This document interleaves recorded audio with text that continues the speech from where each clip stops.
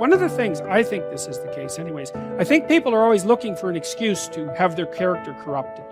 Because if your character is corrupted, then you get to lie, and you get to cheat, and you get to steal, and you get to betray, and you get to act resentfully, and you get to do nothing, and that's all easy. It's easier to lie than to tell the truth. It's easier to do nothing than to do something. So there's always part of you thinking, well, I need a justification for being useless and horrible, because that'd be a lot less work. So you've got to handle the negative. Here's what part of it is. It's called the Great War Between Good and Evil.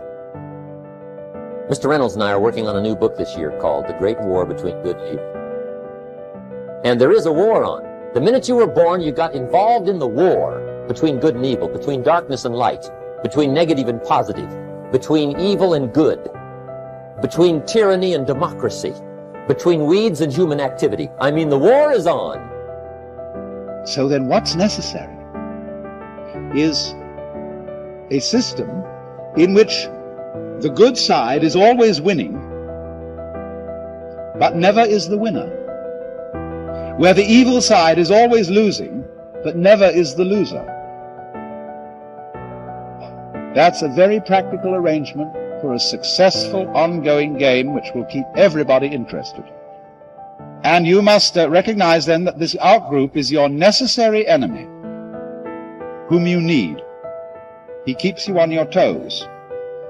But you mustn't obliterate him. If you do, you're in a very dangerous state of affairs.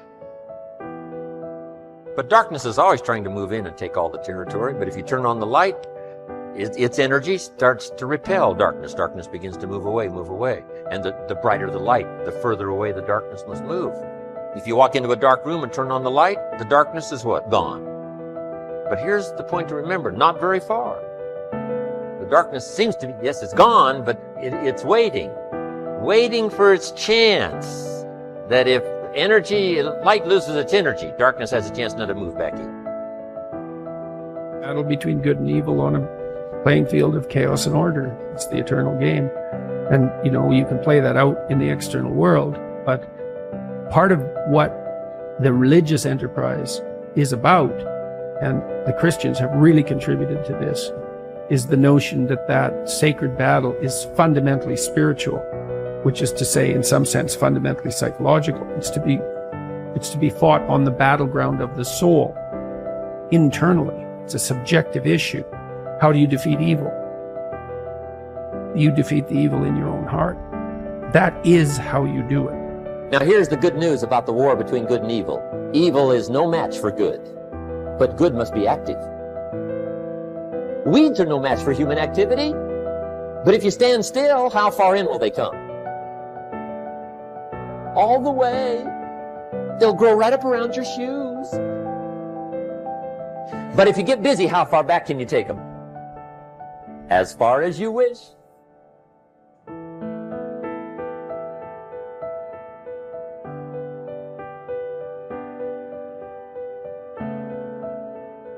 If you think that compassion makes you weak, you are wrong.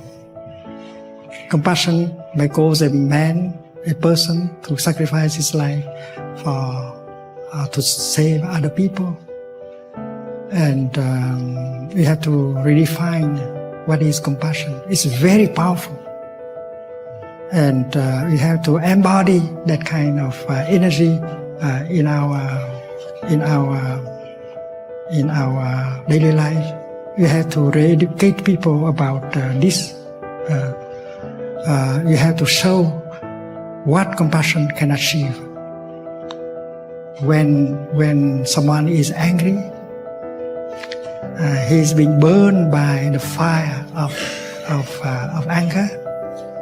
And if he knows how to practice compassion, anger will die down very quickly, and he looks much better, much more beautiful, much more attractive. And that is why we have to exemplify, embody that practice of compassion in order to persuade other people to do the same. Compassion helps us to sleep well. Compassion protects us better than guns and bombs